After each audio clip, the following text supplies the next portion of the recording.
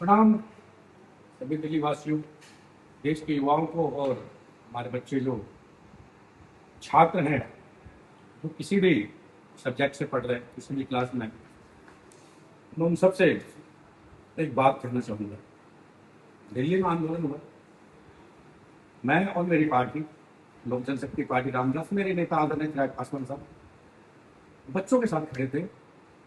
मेरे नेता ने संसद में खड़ा होकर बाहर कहा कि बच्चों की आवाज़ को दबाया नहीं जा सकता, बच्चों की बात सुननी चाहिए।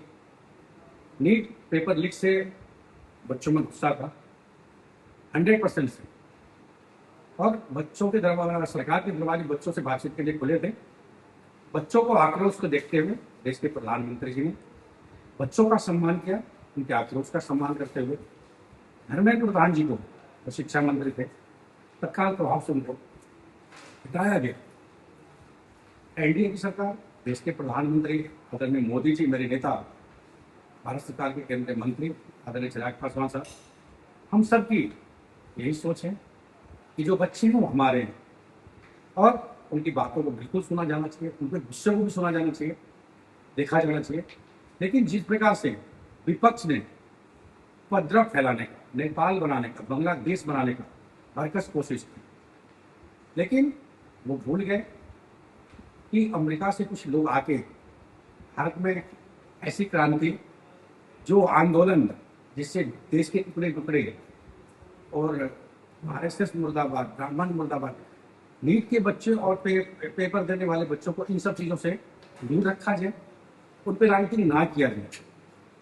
क्योंकि आपके भी बच्चे, विपक्ष के लोगों से भी कहूँगा, आपके भी बच्चे हैं, बच्चों के कंधे पे बंदूक की रख के राजनीति मत कीजिए। राजनीति करना है, खूब विरोध कीजिए मोदी जी का, खूब विरोध कीजिए हमारे नेता चिराग पासवान जी का, लेकिन बच्चों के कंधे पर रख के राजनीति मत कीजिए। यही आंदोलन पंजाब में पेपर लीक हुआ, कोई बोलने नहीं गया विपक्ष का नेता। कहाँ रह गए फिर राहुल गांधी जी, कहाँ रह गए केजरीवाल जी? केजरीवाल जी वहां तो आप ही की सरकार है। यही झारखंड में हुआ, बच्चे इतने दिनों से मारो प्रदर्शन कर रहे हैं, कहाँ गए ये क्रांतिकारी जो क्रांति लाना चाह रहे थे, जो आंदोलन फैलाने, यहाँ पे दिल्ली में उपद्रव करवा के एक बड़ा आंदोलन क्रिएट करने की कोशिश कर रहे थे, अपनी जमीन तलाश रहा था। कहाँ है वो सब नेता? कहाँ गए हमारे जो और भी विपक्ष के नेता थे, जैसे समाजवादी पार्टी के इतने सारे नेता आए, डिम्पल यादव जी आए और अखिलेश यादव जी, और भी चंद्रशेखर जी जो दूसरे दलितों के हितैषी बनते हैं, कहाँ खो गए सब?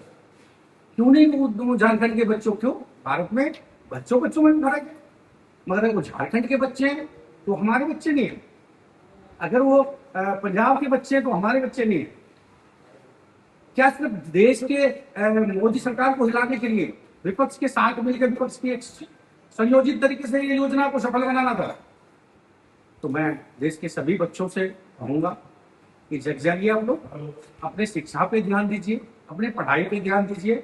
ऐसे जो धूर्त लोग हैं, जो आपको बेवकूफ बना के, आपको बेवकूफ समझते हैं, हमारे बच्चे इतने पढ़े लिखे हैं, उनको कोई बेवकूफ नहीं बना सकता। और क्रांति, यह भारत देश भगत सिंह जी का देश है, चंद्रशेखर आजाद जी का देश है, सुभाष चंद्र बोस जी का देश है। क्रांति के लिए यहाँ क्रांति विरोध की कमी नहीं है, क्रांति जिस दिन आएगी, ऐसा कोई गलत चीज है तो हमारे बच्चे, ये जो युवा पढ़ रहे हैं, जो युवा आपको दिख रहे हैं, इनमें से कोई भगत सिंह बनेगा, कोई चंद्रशेखर आजाद बनेगा, कोई सुभाष चंद्र बोस जी बनेंगे, ये क्रांति लाएंगे। ना कि कोई एक विदेश से आया हुआ व्यक्ति यहाँ को क्रांति ला सकता। ये सब एक संयोजित तरीके से फंडिंग वाले कार्य थे, देश को बदनाम करने का, देश में अराजकता फैलाने का। तो ये लोग फैलाने की कोशिश किए, लेकिन सरकार सहनशीलता को, बच्चों की दर्द को देखते हुए सरकार के अंदर अपना एक सहनशीलता है, उन्होंने बड़ा एक फैसला लिया और जिसमें उन्होंने देश के शिक्षा मंत्री जी को हटाया। क्यों नहीं झारखंड में ये लोग जा रहे, क्यों नहीं वहाँ आंदोलन कर रहे हैं? वो भी तो हमारे ही बच्चे हैं, वो वहाँ तो पेपर लीक हुआ है। यह दोहरा नीति कैसे चल सकता है विपक्ष का? अपनी जमीन तलाशने के लिए आप बच्चों का यूज कीजिएगा, बंद कीजिए, आप लोग फिर राजनीति कीजिए, जमीन पे कीजिए। आप लोगों ने जमीन खो दिया है, आप लोगों के पास जमीन नहीं है एनडीए से मुकाबला करने के लिए, आप मोदी जी मेरे नेता ने चिराग पासवान से मुकाबला करने के लिए, बस आप लोगों के पास कुछ भी नहीं है, जमीन ही नहीं बची है।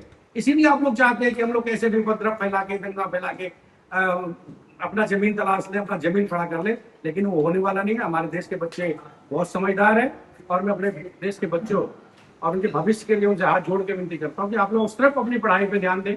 आप पढ़ाई करें, आप देश के भविष्य हैं, आप हमारे बच्चे हैं, आप हमारे भविष्य हैं, आप देश के भविष्य हैं। जय हिंद, जय भारत।